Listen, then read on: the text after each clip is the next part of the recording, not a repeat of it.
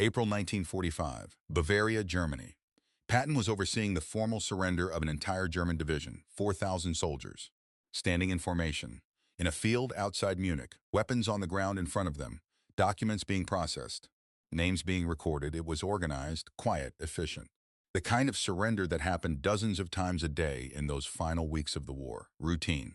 Then from the middle of the formation, second row from the front, a sound, not a shout, not a protest, not a threat.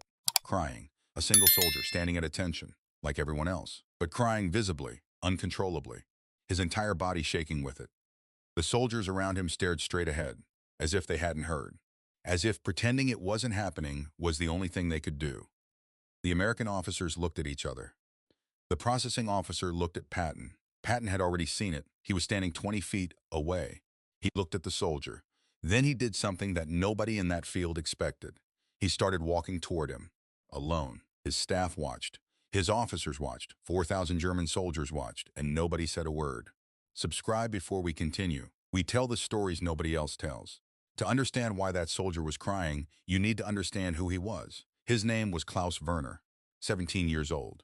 He had been sitting in a classroom in Munich in January 1945 when two officers came through the door. His teacher had asked them to wait until the lesson finished. They had not waited. Werner had been given 20 minutes to gather his belongings. His mother had come to the school. She had been told to go home. He had 4 weeks of training. Then he was assigned to a unit already retreating through Bavaria. 3 months. In those 3 months, Werner had learned things that 17-year-olds are not supposed to know. What artillery sounds like when it lands close enough to lift you off the ground. What it smells like in the aftermath of a firefight. What it looks like when someone you have been talking to is no longer there seconds later. He had not slept properly in 3 weeks. He had not eaten properly in 2 days. He had not spoken to his mother since January. He did not know if his home was still standing. Munich had been bombed repeatedly. He had heard nothing. And now he was standing in a field in Bavaria in April 1945. The war was over, or it was ending. He was surrendering to an army he had been told he was supposed to defeat. And all of it. Everything from January to now, the classroom, his mother's face, the 4 weeks of training, the 3 months in the field, the cold, the hunger, the sounds, the things he had seen, all of it arrived at once. In the middle of a surrender formation, in front of 4,000 men, he had felt it coming, had tried to stop it, bit the inside of his cheek, fixed his eyes on a point in the middle distance, breathed through his nose. Everything you do when you are trying not to cry in front of an army, it came anyway, and Patton was already walking toward him. What Patton had seen in 20 feet of distance was not a weak soldier, not an embarrassment, not a problem. A boy, who was 17 years old, had been in the field for 3 months, and had nothing left to hold himself together with.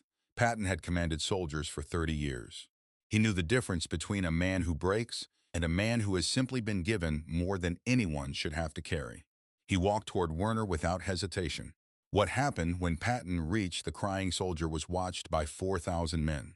German soldiers who had been told their whole military lives that crying was weakness, that emotion was failure, that a soldier who broke deserved what came from it. They watched to see what the American general would confirm or deny about everything they had been taught. Patton stopped in front of Werner. The boy was still crying, still trying to stop, still failing, visibly humiliated by both. Patton looked at him the way you look at something you are trying to understand, not with contempt, not with pity, with attention. Werner became aware that someone was standing very close. He looked up, he saw the 4 stars, his crying didn't stop, but his eyes went wide. Patton said one word, quietly, in English. Werner didn't speak English, easy, the way you say it to a frightened horse, or a very frightened person. Just, easy. Then he turned to his interpreter. Ask him how old he is. The interpreter spoke in German. 17. Patton looked at the boy, 17 years old, standing at attention, crying, in a field in Bavaria. When was he conscripted? The interpreter asked. January, sir, 3 months ago. How long has he been in the field? The interpreter asked. Werner answered, 3 months, sir, more or less continuously. Has he eaten today? Werner shook his head. Yesterday? Another shake. Patton turned to his aide. He didn't raise his voice. Didn't make an announcement. Just spoke to his aide the way you speak to someone when you need something done immediately.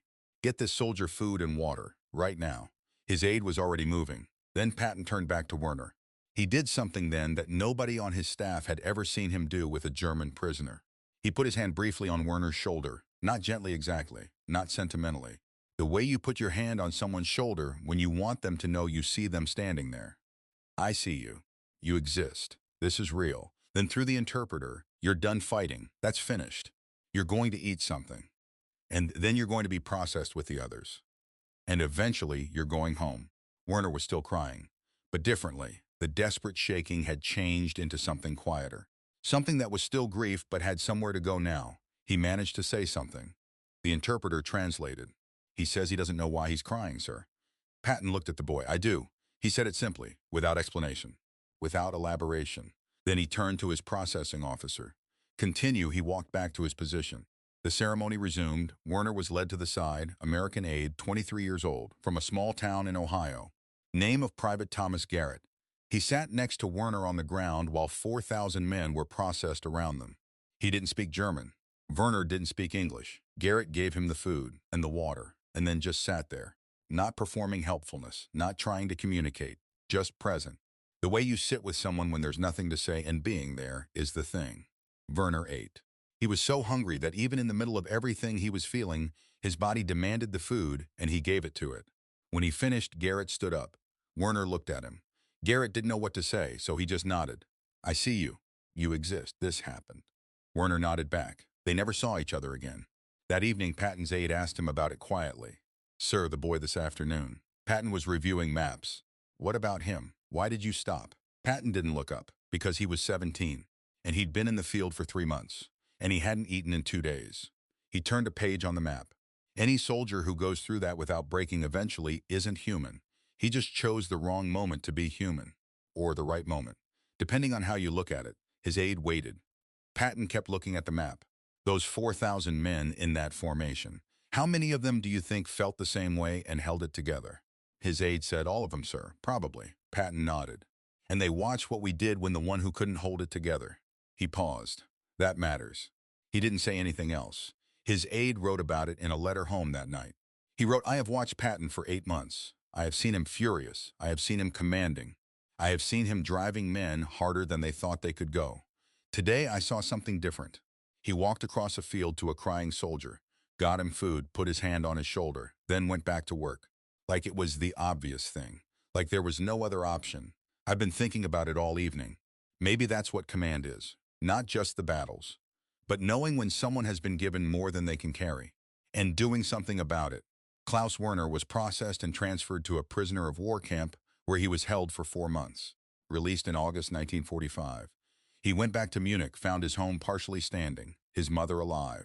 He finished school, trained as a teacher, history and literature. He taught for 30 years. One of his former students described him in an interview decades later. She said, he had a way of noticing when someone in the class was struggling, not drawing attention to it, not embarrassing them, just stopping, and making sure they had what they needed. She paused. I asked him where he learned that. He was quiet for a long time. Then he said, from an American general, in a field in Bavaria, when I was 17 years old, and I couldn't stop crying in front of an army. He looked at her. He didn't make it into anything. He just stopped and got me food and put his hand on my shoulder. He paused, and that was enough. I've been trying to do the same thing ever since. Patton wrote one line in his diary that evening. Boy of 17 in the formation today. Hadn't eaten in 2 days. Got him food. War's hard enough. That was it. No reflection, no sentiment, no analysis. Just what happened. And what he did about it. If you had been Patton, would you have stopped? Let us know in the comments. And if you want more stories about who Patton really was, subscribe. You're in Patton's army now.